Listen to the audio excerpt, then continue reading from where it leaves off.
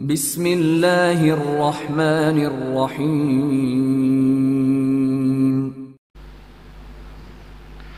شرلک homes اور باسکرولی کا آتشی کتا، 7واں باب۔ اگلی صبح تازگی اور بشاشت کا احساس لیے نمودار ہوئی، اور اداسی اور دہشت کا وہ تاثر جو باسکرولی ہال میں آتے ہی ہمارے ذہنوں پر چھا گیا کافی حد تک محدود ہو گیا تھا۔ جب میں اور سر ہنری ناشتے کی میز پر پہنچے تو کھانے کا کمرہ لمبی سلاخدار کھڑکیوں سے آنے والے دھوپ سے بھرا ہوا تھا، اور کورٹس آف آرم میں پر چمکتے شبنم کے قطرے کوسے قزح بکھیر رہے تھے۔ لکڑی کے گہرے رنگ کے آرائشی تختے صبح کی سنہری دھوپ میں کانسی کی طرح چمک رہے تھے، اور یہ محسوس ہی نہیں ہوتا تھا کہ یہ وہی کمرہ ہے جس نے صرف ایک شام پہلے ہمارے دلوں پر اتنا بوجھل تاثر دیا تھا۔ میرا خیال ہے ہمارے ان احساسات میں اس گھر سے زیادہ ہمارا اپنا قصور تھا، بیرونٹ نے کہا۔ ہم پر سفر کی تکان سوار تھی، اور سردی نے ہمارے احساسات کو بالکل سن کر کے رکھ دیا تھا، اس لیے ہمیں یہ جگہ اداس اور بے کیف لگی۔ اب جب کہ ہم بالکل تر و تازہ اور بشاش ہیں تو ہمیں پھر سے یہ جگہ خوبصورت لگنے لگی ہے۔ نہیں، اب سارا قصور تو ہمارے تخیلات کا نہیں ہے، میں نے جواباً کہا۔ مثال کے طور پر، کیا تم نے رات کو کسی عورت کی سسکیاں بھرنے کی آوازیں سنی تھیں؟ وہ ایک غیر معمولی بات تھی۔ میرا خیال ہے کہ میں نے نیم خوابی کی حالت میں اس قسم کی کوئی آواز سنی تو تھی، لیکن پھر میں کافی دیر انتظار کرتا رہا، اور جب وزیر کوئی آواز سنائی نہیں دی تو میں نے یہی سمجھا کہ شاید محض ایک خواب تھا۔ میں نے ان آوازوں کو بہت واضح طور پر سنا تھا، اور مجھے پورا یقین ہے کہ وہ کوئی خواب نہیں تھا، بلکہ حقیقت میں کوئی عورت سسکیاں لے کر رو رہی تھی۔ ہمیں ابھی اور اسی وقت اس کے بارے میں پوچھ تاچھ کرنی چاہیے۔ انہوں نے باری مور کو طلب کرنے کے لیے گھنٹی بجائی اور اسے اپنے پاس بلا کر استفسار کیا کہ آیا کل رات سنی گئی آوازوں کا اس کے پاس کوئی جواز ہے کہ نہیں۔ مجھے ایسا لگا کہ باری مور کا چہرہ، بے رونق چہرہ، اپنے آقا کی بات سن کر فک ہو گیا ہو۔ سر ہنری، اس حویلی میں صرف 2 ہی عورتیں موجود ہیں، اس نے جواب دیتے ہوئے کہا۔ ایک تو وہ عورت ہے جو باورچی خانے میں برتن دھوتی ہے، اور وہ اس حویلی کے دوسرے حصے میں رہتی ہے، جبکہ دوسری عورت میری اپنی بیوی ہے، اور میں یہ بات پورے یقین سے کہہ سکتا ہوں کہ وہ آواز اس کی نہیں تھی، لیکن اس نے جو کچھ بھی کہا تھا وہ اس وقت جھوٹ ثابت ہو گیا جب اتفاق سے ناشتے کے فوراً بعد اس کی بیوی مجھے راہداری میں نظر آئی۔ سورج کی روشنی پوری طرح اس کے چہرے پر پڑ رہی تھی۔ وہ ایک لمبی چوڑی اور موٹے نقوش والی عورت تھی، جس کا چہرہ جذبات سے عاری اور سخیری کا تاثر لیے ہوئے تھا، لیکن جب اس نے میری جانب دیکھا تو اس کی بے تحاشا سرخ آنکھوں اور سوجے پپوٹوں نے مجھ پر اس کی دلی کیفیت کا راز افشاں کر دیا۔ یہی وہ عورت تھی جس کی رونے کی آوازیں ہمیں رات کو سنائی دے رہی تھیں، لیکن اگر ایسا تھا تو یقیناً اس کا شوہر اس بات سے واقف ہوگا، پھر اس نے ہمیں یہ کہنے کا رسک کیوں لیا کہ ایسی کوئی بات سرے سے ہوئی ہی نہیں؟ اس نے ایسا کیوں کیا؟ اور یہ عورت اس بری طرح سے کیوں رو رہی تھی؟ یہ سیاہ داڑھی اور زردی مائل چہرے والا پرکشش انسان پہلے ہی غم اور شک و شبے کے گھیرے میں کھڑا تھا۔ سر چارلز کی لاش بھی اسی نے سب سے پہلے دریافت کی تھی، اور اسی سن رسیدہ انسان کی موت سے پہلے اور بعد میں اسے پیش آنے والے حالات کا بھی صرف یہی ایک گواہ تھا۔ کیا ایسا ممکن تھا کہ ریجنٹ اسٹریٹ پر بگی میں نظر آنے والا شخص باری مور ہی ہو؟ اس کی داڑھی تو کافی حد تک ایسی ہی تھی۔ کوچوان کے بتائے ہوئے حلیے کے مطابق اگرچہ وہ شخص نسبتاً چھوٹے قد کا تھا، لیکن اسے یہ اندازہ لگانے میں غلط فہمی بھی ہو سکتی تھی۔ آخر میں اس نقطے کا حل کیسے ڈھونڈوں؟ ظاہر ہے کہ اب سب سے پہلا کام مجھے یہ کرنا تھا کہ گرمپٹن کے پوسٹ ماسٹر سے جا کر ملوں اور اس سے پوچھوں کہ آیا ہمارا بھیجا ہوا تار خود باری مور کے ہاتھوں میں دیا گیا تھا یا نہیں۔ جواب چاہے جو بھی ہوتا، مجھے کم از کم شرلک ہومز کو رپورٹ بھیجنے کے لیے کچھ نہ کچھ مواد تو مل ہی جاتا۔ ناشتے سے فارغ ہو کر سر ہنری ڈھیر کاغذات کی جانچ پڑتال میں مصروف ہو گئے، اس لیے میں نے اس موقع کو غنیمت جانا اور آس پاس کے علاقے کو دیکھنے نکل کھڑا ہوا۔ ویرانے میں کنارے کنارے 4 میل کی خوشگوار چہل قدمی مجھے بالآخر ایک چھوٹے سے گاؤں تک لے گئی، جہاں 2 نسبتاً بڑی عمارتیں باقی سب گھروں کے درمیان سر اٹھائے کھڑی تھیں۔ بعد میں پتہ چلا کہ ان میں سے ایک عمارت ڈاکٹر مورٹیمر کا گھر اور دوسری ایک سرائے ہے۔ پوسٹ ماسٹر ہونے کے ساتھ ساتھ وہ اس گاؤں کی واحد کریانے کی دکان کا مالک بھی تھا، اور اسے تار کے بارے میں اچھی طرح یاد تھا۔ یقیناً جناب، اس نے کہا، میں نے باری مور کو تار دی گئی ہدایت کے مطابق پہنچا دیا تھا۔ وہ تار کس نے پہنچایا تھا؟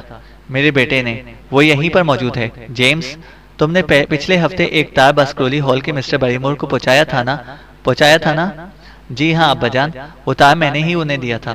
کیا بذات خود ان کے ہاتھوں میں دیا تھا؟ میں نے پوچھا۔ ایسا ہے کہ وہ اس وقت اوپر پرچھتی والے کمرے میں گئے ہوئے تھے، اس لیے وہ تار میں خود ان کے ہاتھوں میں نہیں دے سکا تھا، لیکن میں نے اسے مسز بیریمور کو دے دیا تھا اور انہوں نے وعدہ کیا تھا کہ یہ تار بلا تاخیر مسٹر بیریمور تک پہنچا دیں گی۔ کیا تم مسٹر بیریمور سے ملے تھے؟ نہیں جناب، میں نے بتایا نا کہ وہ اوپر پرچھتی پر گئے ہوئے تھے۔ جب تم ان سے ملے ہی نہیں تو تمہیں کیسے پتا کہ وہ واقعی پرچھتی پر موجود تھے؟ بہت خوب، لیکن اس کی بیوی تو یہ بات بخوبی جانتی ہوں گی نا کہ اس کا شوہر اس وقت کہاں ہے اور کہاں نہیں۔ پوسٹ ماسٹر نے جرا کرتے ہوئے کہا۔ کیا انہیں وہ تار نہیں ملا؟ اگر تار پہنچانے میں کہیں کوئی غلطی ہو گئی ہے تو مسٹر بیریمور کو خود اس کی شکایت کرنی چاہیے تھی۔ اب مزید پوچھ گچھ بیکار تھی۔ صاف ظاہر تھا کہ ہومز کی یہ چال چلنے کے باوجود ہمارے پاس کوئی ثبوت نہیں تھا کہ بیریمور اس دوران حویلی کی بجائے لندن میں تھا۔ فرض کرو اگر ایسا ہی تھا، فرض کرو وہ بیریمور ہی تھا جس نے سر چارلز کو آخری دفعہ زندہ دیکھا اور اس ریاست کا نیا وارث جیسے ہی انگلستان پہنچا اس کا تعاقب کرنے والا بھی بیریمور ہی تھا، تو پھر اس سے کیا ظاہر ہوتا ہے؟ کیا وہ کسی اور کا اعلی کار بنا ہوا ہے یا پھر یہ سارا شیطانی منصوبہ اس کا اپنا تھا؟ باسکرولی خاندان کو مسلسل اذیتیں دینے میں اسے کیا دلچسپی ہو سکتی تھی؟ مجھے ٹائمز اخبار کے آرٹیکل سے تراشی گئی اس تنبیہ کا خیال آیا، کیا وہ حرکت اسی بیریمور کی تھی یا پھر ممکن ہے کہ وہ کوئی اور شخص ہو جو اس طرح اس کے منصوبے کو خاک میں ملانا چاہتا تھا؟ ان سب کے پیچھے صرف ایک ہی قابل فہم محرک نظر آتا تھا اور وہ وہی تھا جو سر ہنری نے بیان کیا تھا کہ ہو سکتا ہے یہ سب کچھ اس لیے کیا جا رہا ہو کہ اگر یہ بیریمورز کسی طرح باسکرولی خاندان کے لوگوں کو یہاں سے ڈرا کر بھگانے میں کامیاب ہو گئے تو ایک محفوظ اور آرام دہ حویلی مستقل طور پر ان کے ہاتھ آ جائے گی، لیکن یقیناً اس طرح کی کوئی توجہ دینا بھی ایسی گہری اور پیچیدہ سازش کے لیے جو بالکل کسی نادیدہ جال کی طرح نوجوان بیرونٹ کے گرد بنی جا رہی تھی ناکافی تھا۔ ہومز بذات خود یہ بات ظاہر کر چکا تھا کہ اس کے طویل سنسنی خیز تحقیقاتی دور میں اس سے زیادہ پرپیچ کیس آج تک نہیں آیا۔ سنسان سرمئی سڑک کے کنارے واپس آتے ہوئے میں نے دل ہی دل میں دعا مانگی کہ میرا دوست جلد از جلد اپنی موجودہ مصروفیات سے فراغت حاصل کر کے یہاں آ جائے اور میرے کاندھے سے اس بھاری ذمہ داری کا بوجھ ہٹا لے۔ اچانک میں یہ سوچے کسی کے بھاگتے قدموں کی آوازوں میں دب کر رہ گئی۔ کوئی میرا نام لے کر پکارتا ہوا دوڑا چلا آ رہا تھا۔ میں نے ڈاکٹر مورٹیمر کی توقع میں پیچھے مڑ کر دیکھا، لیکن ایک اجنبی کو اپنے تعاقب میں دیکھ کر مجھے بڑی حیرت ہوئی۔ وہ 30 سے 40 سال کی درمیانی عمر والا نفیس خد و خال کا مالک، دبلا پتلا اور چھوٹے قد کا ایک شخص تھا۔ سرمئی رنگ کے سوٹ میں ملبوس، بنا داڑھی مونچھ، ابھرے ہوئے جبڑوں اور زردی مائل بالوں والا یہ شخص سر پر تنکوں سے بنا ہیٹ پہنے ہوئے تھا۔ اس کے کندھے پر نباتاتی ٹوپی نمونے رکھنے والا جستی باکس لٹک رہا تھا اور دوسرے ہاتھ میں سبز تتلیاں پکڑنے والا جال۔ گستاخی معاف، آپ یقیناً ڈاکٹر واٹسن ہیں، میرے پاس پہنچتے ہی اس نے ہانپتے ہوئے کہا۔ یہاں ویرانے میں ہم لوگ باقاعدہ تعارف ہونے کا تکلف نہیں برتتے۔ ہمارے مشترکہ دوست مورٹیمر کی زبانی شاید آپ نے میرا نام سنا ہو۔ میں میری پٹ ہاؤس کا مالک سٹی پلٹن ہوں۔ آپ کے باکس اور ہاتھ میں پکڑے جال سے میں نے اس کا اندازہ لگا لیا تھا، میں نے کہا، کیونکہ مجھے پتا چلا تھا کہ مسٹر سٹی پلٹن تاریخ طبعی کے ماہر ہیں۔ لیکن آپ مجھے کیسے جانتے ہیں؟ میں مورٹیمر سے ملنے گیا ہوا تھا۔ جب تم اس مکان کے پاس سے گزرے تو اس نے اپنے کمرہ جراحی کی کھڑی کھڑکی سے تمہاری طرف اشارہ کر کے مجھے تمہارے بارے میں بتایا۔ ہمارے گھر کی طرف جانے والا راستہ بھی اسی سڑک پر ہے، تو میں نے سوچا کہ میں دوڑ کر تمہیں پکڑ لوں اور تمہیں خود اپنا تعارف دے دوں۔ مجھے امید ہے کہ سر ہنری کو سفر میں کوئی دقت پیش نہیں آئی ہوگی۔ نہیں، وہ ٹھیک ٹھاک ہیں، شکریہ۔ ہم سب کو خدشہ تھا کہ سر چارلز کی دردناک موت کے بعد شاید نو آمد بیرونٹ یہاں رہنے سے انکار کر دے۔ ایک رئیس شخص کے لیے اس طرح کی کسی جگہ پر گمنامی کی زندگی گزارنا بہت مشکل ہے، لیکن مجھے یہ بتانے کی ضرورت نہیں ہے کہ مضافات کے باسیوں کے لیے یہ بات بہت اہمیت رکھتی ہے۔ میرا خیال ہے کہ اس معاملے میں سر ہنری کسی توہمات کا شکار نہیں ہیں۔ میرے خیال میں تو ایسی کوئی بات نہیں، میں نے کہا۔ اس طاغوتی کتے کی داستان سے تو تم یقیناً واقف ہی ہوگے جو اس خاندان کو خوفزدہ کیے رکھتا ہے۔ میں نے اس کے بارے میں سن رکھا ہے۔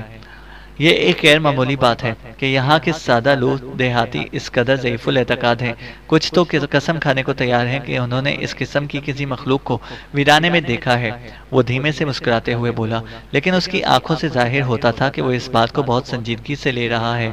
یہ کہانی سر چارلز کے تصورات پر بہت زیادہ حاوی ہو گئی تھی، اور مجھے اس بات میں کوئی شک نہیں ہے کہ یہی خوف و ہراس ان کی دردناک موت کا انجام کا باعث بنا۔ لیکن کیسے؟ میں نے حیران ہو کر پوچھا۔ وہ اس داستان سے اس قدر اعصابی تناؤ کا شکار ہو گئے تھے کہ ایک عام سے کتے کی آمد بھی ان کے بیمار دل کے لیے مہلک ثابت ہو سکتی تھی۔ میں تصور کر سکتا ہوں کہ اپنی آخری رات صنوبروں والی روش پر انہوں نے اسی قسم کی کوئی چیز دیکھی ہوگی۔ مجھے خدشہ تھا کہ ایسا کوئی حادثہ ہونے والا ہے، کیونکہ وہ بوڑھا آدمی مجھے بہت عزیز تھا، اور مجھے یہ بھی علم تھا کہ اس کا دل کمزور ہے۔ تمہیں یہ بات کیسے پتہ چلی؟ میرے دوست ڈاکٹر مورٹیمر نے مجھے بتایا تھا۔ تو تمہارے خیال کے مطابق کسی کتے نے سر چارلز کا تعاقب کیا، جس کے نتیجے میں بے پناہ خوف کی وجہ سے ان کی جان چلی گئی؟ کیا آپ کے پاس اس سے بہتر کوئی توجہ ہے؟ میں ابھی تک کسی نتیجے پر نہیں پہنچا۔ اور مسٹر شرلک ہومز؟ یہ الفاظ سنتے ہی ایک لمحے کے لیے میں دم بخود رہ گیا، لیکن میرے ملاقاتی کی پر استقلال آنکھوں پر پرسکون چہرے سے کہیں بھی یہ ظاہر نہیں ہوتا تھا کہ اس کا مقصد مجھے حیران کرنا تھا۔ ہمارے بیچ یہ دکھاوا کرنا کہ میں آپ کو نہیں پہچانتا بیکار ہوگا ڈاکٹر واٹسن، اس نے کہا۔ آپ کی تحریک کردہ جاسوسی تحقیقات کی تفصیلات یہاں بھی پہنچتی رہتی ہیں، اور شرلک ہومز کا ذکر آپ کے بنا ادھورا ہے۔ ڈاکٹر مورٹیمر نے مجھے جب آپ کا نام بتایا تو انہوں نے آپ کی اس شناخت سے بھی انکار نہیں کیا۔ اگر آپ یہاں ہیں تو صاف ظاہر ہے کہ مسٹر ہومز بذات خود اس معاملے میں دلچسپی لے رہے ہیں، اور قدرتی طور پر مجھے اس بارے میں ان کی رائے جاننے کا اشتیاق ہوگا۔ مجھے افسوس ہے کہ میں اس بات کا جواب نہیں دے سکوں گا۔ کیا آپ بتا سکتے ہیں کہ ہمارے عزت افزائی کے لیے وہ خود یہاں تشریف لا رہے ہیں یا نہیں؟ اس نے پوچھا۔ فی الحال وہ شہر چھوڑ کر یہاں نہیں آ سکتے۔ کچھ اور کیس ہیں جنہوں نے ان کی توجہ کو اپنی طرف مبذول کر رکھا ہے۔ افسوس، صد افسوس، ہم تو اس معاملے میں بالکل اندھیرے میں ہی ہیں۔ شاید وہی اس پر کچھ روشنی ڈال سکتے۔ لیکن جہاں تک آپ کی اپنی تحقیقات کا تعلق ہے، مجھے امید ہے کہ اگر آپ کو کہیں بھی میری ضرورت محسوس ہوئی تو آپ بلا جھجک مجھ سے کہیں گے۔ اگر مجھے آپ کے شکوک و شبہات کی نوعیت کا تھوڑا سا بھی اندازہ ہو جائے، یا اس بات کا کہ آپ اس کیس کی تحقیقات کس طرح کرنا چاہ رہے ہیں، تو شاید میں بھی ابھی کے ابھی آپ کو کچھ مشورہ یا مدد دے سکوں۔ میں آپ کو یقین دلاتا ہوں کہ میں یہاں صرف اور صرف اپنے دوست سر ہنری سے ملنے کے لیے آیا ہوں، اور اس کے لیے مجھے کسی قسم کی کوئی مدد درکار نہیں ہے۔ بہت خوب، اسٹیپلٹن نے کہا۔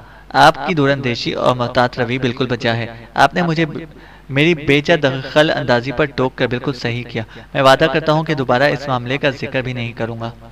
ہم چلتے چلتے اس مقام تک پہنچ گئے جہاں سے ایک تنگ کچا اور سرسبز راستہ سڑک سے جدا ہو کر بل کھاتا ہوا ویرانے کی طرف چلا گیا تھا۔ ہمارے دائیں ہاتھ پر بڑے بڑے چکنے پتھروں اور کھڑی ڈھلوانوں والی ایک پہاڑی تھی، جہاں گئے دنوں میں کان کنی کے ذریعے گرینائٹ پتھر نکالا جاتا رہا ہوگا۔ پہاڑی کا جو حصہ ہمارے سامنے تھا وہ سیاہ رنگ کی ایسی کھڑی چٹان میں بدل چکا تھا جس کے رخنوں میں فرن کے پودے اور بریملز کی خاردار جھاڑیاں جا بجا اگ آئی تھیں، اور جس سے اوپر کچھ ہی فاصلے پر دھوئیں کے سرمئی مغولے تیرتے پھر رہے تھے۔ ویرانے کی طرف جانے والے اس راستے پر کچھ دیر چلیں تو میری پٹ ہاؤس آ جاتا ہے، اس نے کہا۔ مجھے بہت خوشی ہوگی اگر آپ ایک آدھا گھنٹے کی فرصت نکال کر میرے ساتھ چلیں اور میری بہن سے ملیں۔ میری پہلی سوچ یہی تھی کہ مجھے اس وقت سر ہنری کے پاس ہونا چاہیے، لیکن پھر مجھے ان کی اسٹڈی ٹیبل پر پھیلے ہوئے کاغذات کے انبار کا خیال آیا، جس کے سلسلے میں یقیناً ان کی کوئی مدد نہیں کر سکتا تھا۔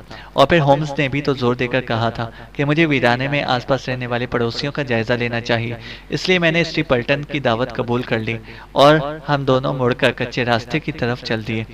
یہ ویرانہ بھی ایک حیرت انگیز جگہ ہے، اس نے کھریا کی لہریا پہاڑیوں کی طرف دور تک لہلاتے سبزے اور نوکیلے کناروں والی چٹان کی چوٹی کی طرف دیکھتے ہوئے کہا، جس میں گرینائٹ کے ذرات اٹھتی ہوئی خوبصورت موجوں کی طرح دکھائی دیتے تھے۔ اس ویرانے سے آپ کبھی اکتا نہیں سکتے، آپ اندازہ بھی نہیں لگا سکتے کہ یہ کس قدر حیرت انگیز راز اپنے اندر چھپائے ہوئے ہے۔ یہ جس قدر وسیع اور بنجر ہے اس سے کہیں زیادہ پراسرار ہے۔ آپ تو اس سے اچھی طرح جانتے ہوں گے، میں نے سوال کیا۔ مجھے یہاں آئے ابھی 2 سال ہوئے ہیں۔ یہاں کے باسی مجھے نووارد کہتے ہیں۔ ہم یہاں سر چارلز کے آنے کے کچھ عرصے بعد آئے تھے، لیکن میرے شوق نے مجھے گرد و نواح کا علاقہ کھنگالنے پر مجبور کیا، اور اب اس علاقے کو مجھ سے بہتر جاننے والے 2-4 لوگ ہی ہوں گے۔ کیا اسے جاننا بہت مشکل ہے؟ بہت ہی مشکل۔ مثال کے طور پر وہاں شمال کی طرف آپ وہ سرسبز میدان دیکھ رہے ہیں جس میں عجب قسم کی پہاڑیاں سر اٹھائے کھڑی ہیں۔ آپ نے ان کے بارے میں کوئی قابل ذکر بات محسوس کی؟ سرپٹ گھوڑا دوڑانے کے لیے بہت نایاب جگہ ہے۔ قدرتی طور پر آپ یہی سوچیں گے، لیکن آپ شاید یہ نہیں جانتے کہ اس سوچ کی وجہ سے آج تک بہت سے لوگ اپنی جانیں گنوا بیٹھے ہیں۔ ویسے آپ نے وہاں بکھرے ہوئے ان جا بجا چمکدار سبز دھبوں پر غور کیا؟ ہاں، ایسا لگتا ہے کہ یہ حصے باقی جگہوں سے زیادہ زرخیز ہیں۔ اسٹیپلٹن نے کہکا لگایا اور کہا، وہ گرمپن کی خوفناک دلدل ہے جہاں ایک غلط قدم کا مطلب صرف موت ہے۔ کل ہی میں نے ویرانے میں پائے جانے والے ایک پونی کو وہاں بھٹکتے ہوئے دیکھا تھا، پھر وہ واپس نہ آ سکا۔ کافی دیر تک مجھے اس کا سر دلدل کی سطح پر نظر آتا رہا، لیکن آخرکار وہ بھی دلدل کی تہہ میں ڈوب گیا۔ خشک موسم میں بھی یہاں سے گزرنا خطرے سے خالی نہیں ہے، جبکہ موسم خزاں کی ان بارشوں میں کے بعد تو یہ جگہ بالکل ہی ناقابل گزر ہو جاتی ہے۔ لیکن میں اس موسم میں بھی اس میدان کے وسط تک جا کر بالکل صحیح سلامت واپس آ چکا ہوں۔ اوہ میرے خدایا، ایک اور بیچارہ شامت کا مارا پونی وہاں پھنس گیا۔ مٹیالی سی کوئی چیز سبز دلدلی گھاس پر اچھلتی ہوئی لڑک رہی تھی۔ اس کی طویل گردن جو تشنج اور اذیت سے اینٹ چکی تھی، دلدل کی سطح پر ابھری، اور پھر ویرانے میں ایک دل دہلانے والی چیخ کی صدائے بازگشت گونجنے لگی۔ میرے جسم میں خوف کی ایک سرد لہر دوڑ گئی، لیکن میرا ساتھی مجھ سے زیادہ مضبوط اعصاب کا مالک تھا۔ وہ ختم ہو گیا، اس نے کہا۔ اس دلدل نے اسے نگل لیا۔ 2 دن میں 2 جانیں چلی گئیں، اور ابھی شاید اور بھی جائیں، کیونکہ یہ جانور خوش موسم کے دوران وہاں پھرتے رہتے ہیں، اور جب بارشوں کے بعد وہ جگہ دلدل کی شکل اختیار کر لیتی ہے تو یہ بیچارے اس میں فرق نہیں کر پاتے اور اس دلدل میں پھنس کر اپنی جان سے ہاتھ دھو بیٹھتے ہیں۔ گرمپن کی عظیم دلدل بہت خطرناک جگہ ہے، اور آپ کا دعویٰ ہے کہ آپ اس میں سے گزر کر پار جا سکتے ہیں؟ ہاں، اس میں 1-2 راستے ایسے ہیں جن پر کوئی بہت پھرتیلا انسان اگر کوشش کرے تو گزر کر پار کر سکتا ہے، اور میں نے ان راستوں کو تلاش کر لیا ہے۔ لیکن آپ اتنی خطرناک جگہ پر جانا کیوں چاہتے ہیں؟ ایسا ہے کہ آپ دلدل سے پرے وہ پہاڑیاں دیکھ رہے ہیں۔ سال ہر سال سے رفتہ رفتہ بننے والی اس ناقابل عبور دلدل نے چاروں طرف سے گھیر کر ان پہاڑیوں کو کسی جزیرے کی شکل دے دی ہے۔ وہاں بہت نایاب نسل کے پودے اور تتلیاں پائی جاتی ہیں، بس شرط یہ ہے کہ کوئی وہاں پہنچنے کی ہمت رکھتا ہو۔ میں بھی کسی روز اپنی قسمت آزماؤں گا۔ اس نے میری طرف حیرانگی سے دیکھتے ہوئے کہا، خدا کے لیے اس خیال کو اپنے دماغ سے نکال دیں، ورنہ آپ کا خون میری گردن پر ہوگا۔ میں آپ کو یقین دلاتا ہوں کہ آپ کا وہاں سے زندہ سلامت واپس آنے کا امکان نہ ہونے کے برابر ہے۔ میں بھی صرف کچھ نہایت پیچیدہ اور یقینی نشانیوں کو یاد رکھ کر ہی وہ راستہ عبور کر پاتا ہوں۔ ارے، میں چلایا، یہ کیا ہے؟ ایک طویل، دھیمی اور ناقابل بیان حد تک غمگین کرا ویرانے کی فضاؤں میں ابھری۔ یہ آواز اگرچہ ساری فضا میں پھیلی ہوئی تھی، لیکن پھر بھی یہ بتانا مشکل تھا کہ آواز کا ماخذ کہاں ہے۔ آواز ایک مدھم بڑبڑاہٹ سے بڑھتے بڑھتے پہلے ایک گونج دار چنگاڑی میں بدلی، اور پھر دوبارہ ایک لرزتی، افسردہ سرگوشی میں ڈوب گئی۔ اسٹیپلٹن نے پرتجسس اور کھوجتی نظروں سے میری طرف دیکھا۔ یہ ویرانہ بہت ہی عجیب و غریب جگہ ہے، اس نے کہا، لیکن یہ کس چیز کی آواز تھی؟ مقامی دیہاتی کہتے ہیں کہ یہ باسکرولی کا اسیبی کتا ہے جو اپنے شکار کو پکارتا ہے۔ میں نے 1-2 بار پہلے بھی اسے سنا ہے، لیکن اتنی بلند اور واضح آواز آج پہلی بار ہی سنی ہے۔ میں نے دل ہی دل میں خوفزدہ ہوتے ہوئے اپنے آس پاس اس پرشکوہ میدان میں، جہاں جگہ جگہ نرسلوں کے جھنڈ تھے، ایک نظر ڈالی۔ اس وسیع و عریض رقبے پر سوائے 2 عدد پہاڑی زاغوں کی آوازوں کے جو ہمارے پیچھے والی پہاڑی پر بیٹھے زور زور سے کائیں کائیں کر رہے تھے، مجھے کہیں کوئی اور ہلچل محسوس نہ ہوئی۔ آپ ایک تعلیم یافتہ انسان ہیں، آپ تو اس طرح کی بے سروپا باتوں پر یقین نہیں رکھتے نا؟ آپ کے خیال میں اتنی عجیب و غریب آواز کی اور کیا وجہ ہو سکتی ہے؟ دلدلیں بعض اوقات عجیب و غریب شور مچاتی ہیں۔ ہو سکتا ہے کہ یہ کیچڑ بیٹھنے کی آواز ہو، یہ پھر پانی ابلنے کی، یا کچھ اور۔ نہیں، یہ کسی جاندار کی آواز تھی۔ ہو سکتا ہے، شاید ایسا ہی ہو۔ آپ نے کبھی بوتیمار برٹن بگلے کی آواز سنی ہے؟ نہیں، میں نے تو کبھی نہیں سنی۔ یہ بہت نایاب پرندہ ہے، انگلینڈ میں عملاً ناپید ہے، لیکن ویرانوں میں سب کچھ ممکن ہے۔ مجھے ذرا بھی اچنبھا نہیں ہوگا اگر مجھے یہ پتہ چلے کہ جو آواز ہم نے ابھی ابھی سنی وہ بوتیمار نسل کے کسی بچے کھچے بگلے کی تھی۔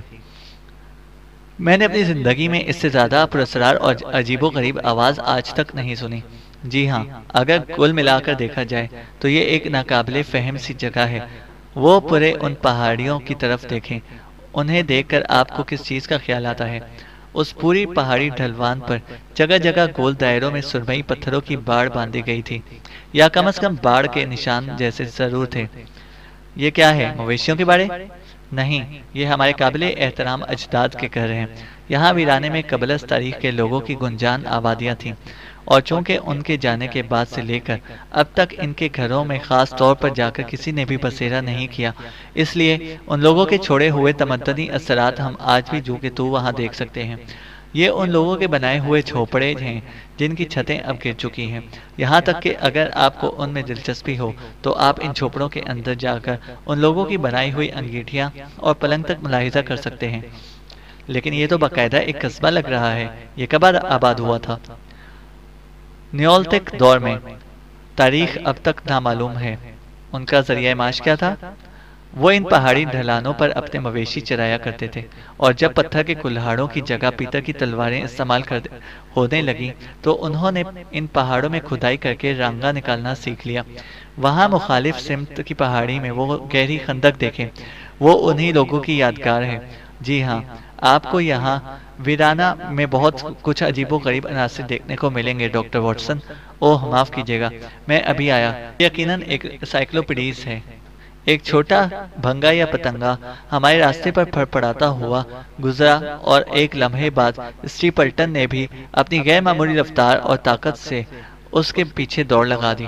میرے چھکے چھڑانے کو اس پتنگے نے اپنا رخ سیدھا دلدل کی طرف موڑ دیا، لیکن میرے ملاقاتی نے ایک لمحے کے لیے بھی اس کا تعاقب ترک نہ کیا، اور اپنا سبز رنگ کا جالی دار نیٹ لہراتا ہوا اسی برق رفتاری سے دلدلی گھاس کے ایک جھنڈ سے دوسرے جھنڈ پر چھلانگے لگاتا ہوا مسلسل اس کا تعاقب کرتا رہا۔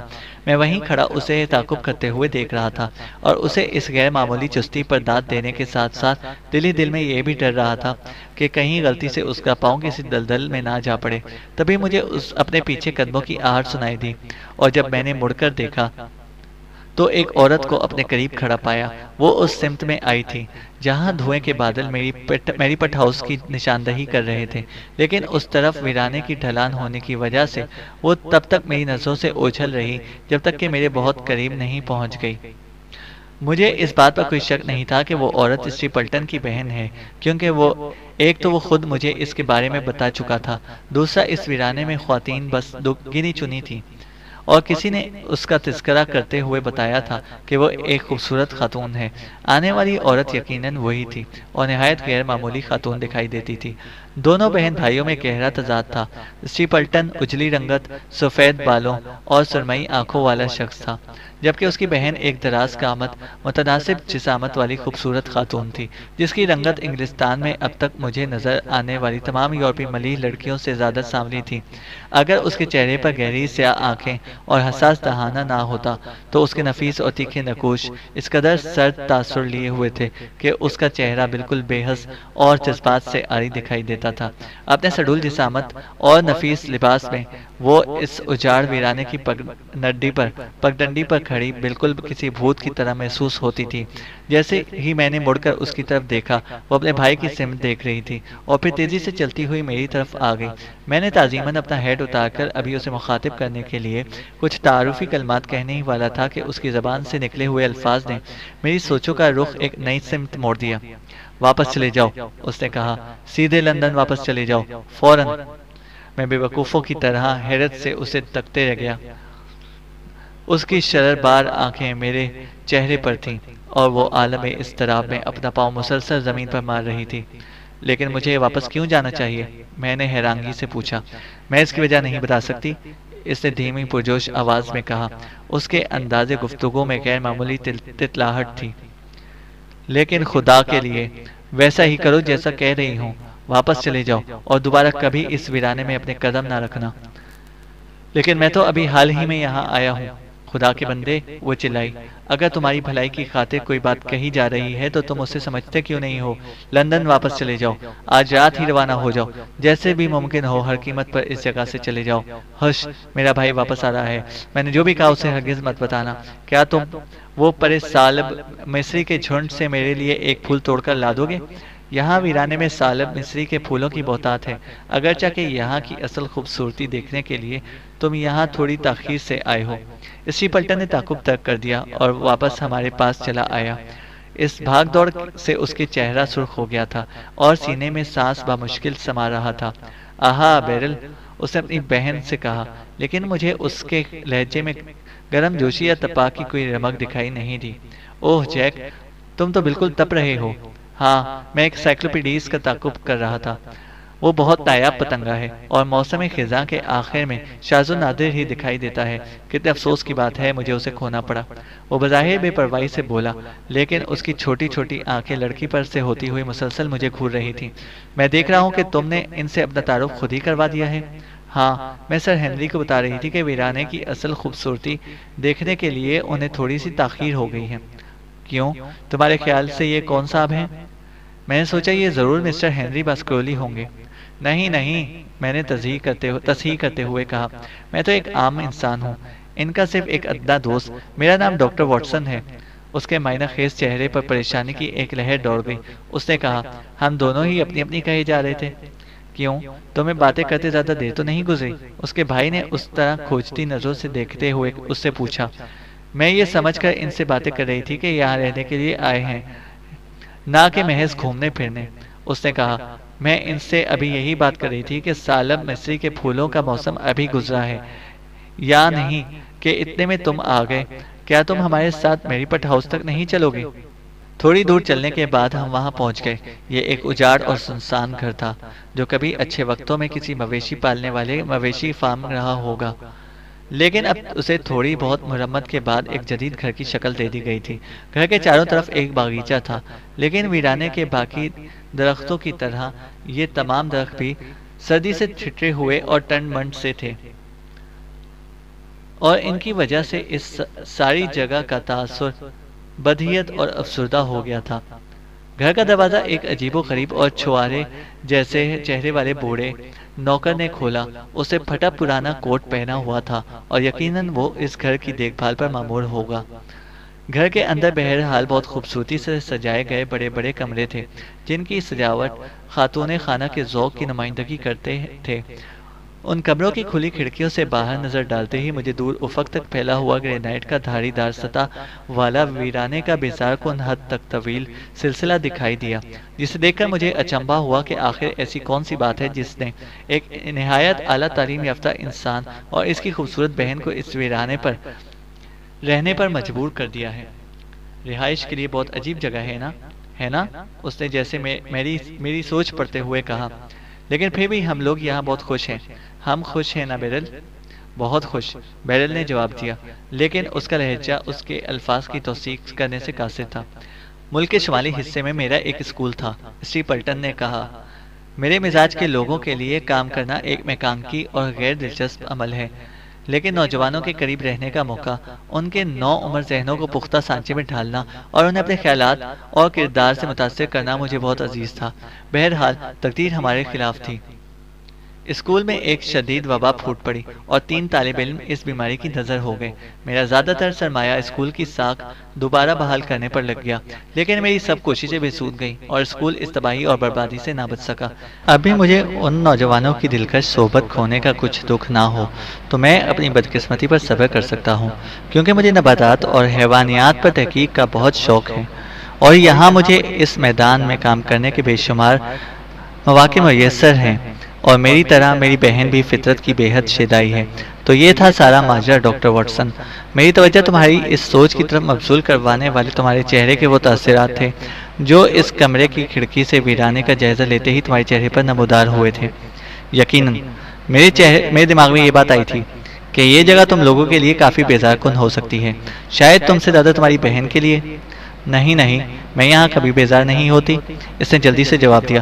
ہمارے پاس پڑھنے کے لیے کتابیں ہیں، ہمارا تحقیقاتی کام ہے اور ملنے جلنے کے لیے دلچسپ ہمسائے ہیں۔ ڈاکٹر مورٹیمر اپنے شعبے کے بہت ماہر ہیں اور بیچارے سر چارلز بھی بہت قابل تعریف انسان تھے۔ ہم انہیں بہت اچھی طرح جانتے تھے اور میں آپ کو بتا نہیں سکتی کہ ہم ان کی کمی کتنی بری طرح محسوس کرتے ہیں۔ آپ کا کیا خیال ہے کہ اگر میں اس سے پہر سر ہنری کو اپنے ہاں مدعو کروں تو ان کے معاملات میں دخل اندازی تو نہیں ہوگی؟ مجھے یقین ہے کہ وہ بہت خوش ہوں گے۔ تب پھر آپ انہیں ہماری اس تجویز کے بارے میں بتانا۔ جب تک وہ اس نئے ماحول کے عادی نہیں ہو جاتے، ہم اپنی طرف سے بھرپور کوشش کریں گے کہ انہیں یہاں پر کوئی پریشانی نہ ہو۔ ڈاکٹر واٹسن، آپ میرے ساتھ بالائی منزل پر چل کر میرے لیپیڈو پیٹرا کی کلیکشن کو دیکھنا پسند کریں گے؟ میرا خیال ہے کہ ساؤتھ ویسٹ انگلینڈ میں اس سے زیادہ نایاب نمونے کسی اور کے پاس نہیں ہوں گے۔ جب تک آپ انہیں ملاحظہ کرتے ہیں، دوپہر کا کھانا بھی تیار ہو جائے گا۔ لیکن میں اپنی طبیعت ذرا بہلانا چاہتا تھا۔ ویرانے پر چھائی اداسی، اس بدقسمت پونی کی موت اور وہ عجیب و غریب آواز جس کا تعلق پاسکرولي کی تلخ داستان سے تھا، ان سب چیزوں نے مل کر میرے سوچ میں عجیب سی اداسی بھر دی تھی، اور غیر واضح تاثرات کے بیچ سے ابھرتی ہوئی مس اسٹیپلٹن کی یہاں سے واپس چلی جانے کے بارے میں وہ قطعی اور واشگاف تنبیہ جو اتنے شدید سنجیدہ لہجے میں کہی گئی تھی کہ مجھے اس نصیحت کے پیچھے کسی بہت ہی گہری اور گھمبیر وجہ کے موجود ہونے میں کوئی شک باقی نہ رہا۔ انہوں نے دوپہر کے کھانے پر رکنے کے لیے بہت اصرار کیا، لیکن میں ان کے اصرار کو نظر انداز کر کے ایک دم واپس آنے کے لیے اٹھ کھڑا ہوا اور واپسی کے لیے اسی سبزہ زار کچے راستے پر روانہ ہو گیا جس پر چلتے ہوئے ہم لوگ وہاں تک پہنچے تھے۔ تاہم ایسا لگ رہا تھا کہ وہاں پہنچنے کے لیے کوئی اور مختصر راستہ بھی تھا، کیونکہ اس سے پہلے کہ میں سڑک پر پہنچ پاتا، میں مس اسٹیپلٹن کو وہاں راستے کے ایک بڑے پتھر پر پہلے ہی بیٹھے ہوئے دیکھ کر حیران رہ گیا۔ اس کا خوبصورت چہرہ اس بھاگ دوڑ کی وجہ سے تمتما رہا تھا اور وہ اپنا ہاتھ اپنے پہلو پر ٹکائے ہوئے بیٹھی تھی۔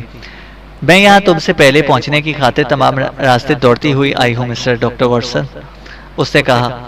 مجھے اتنی بھی مہلت نہیں ملی کہ میں اپنا ہیٹ ہی لے لیتی۔ میں یہاں زیادہ دیر نہیں رک سکتی، ورنہ میرا بھائی میری عدم موجودگی کو محسوس کر لے گا۔ میں تم سے صرف یہ کہنا چاہتی ہوں کہ میں بے حد شرمندہ ہوں کہ میں نے تمہیں سر ہنری سمجھنے کی غلطی کی۔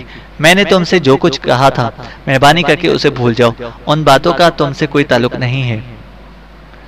لیکن میں انہیں نہیں بھول سکتا مس اسٹیپلٹن، میں سر ہنری کا دوست ہوں اور ان کا مفاد مجھے بے حد عزیز ہے۔ مہربانی کر کے مجھے بتاؤ کہ تم اس شدومت سے کیوں چاہتی تھی کہ سر ہنری کو لندن واپس چلے جانا چاہیے؟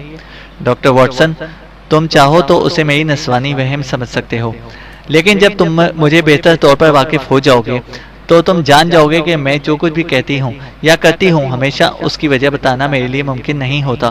نہیں، میں تمہاری آواز کا وہ ہیجان اور تمہاری آنکھوں میں چھپا ہوا وہ تاثر ابھی تک نہیں بھول پایا ہوں۔ میں جب سے یہاں آیا ہوں مجھے ایسا محسوس ہوتا ہے کہ میرے چاروں طرف سائے منڈلا رہے ہوں۔ زندگی بالکل گرمپن کی عظیم دلدل کی طرح ہو گئی ہے، جہاں ہر طرف گہرے سبز دھبے ہیں جن میں پھنس کر کوئی بھی اس دلدل میں غرق ہو سکتا ہے، اور کہیں کوئی نشان صحیح راستے کی طرف رہنمائی نہیں کرتا۔ مجھے بتاؤ کہ ان سب باتوں سے تمہاری کیا مراد تھی؟ میں تم سے وعدہ کرتا ہوں کہ تمہاری یہ تنبیہ سر ہنری تک پہنچا دوں گا۔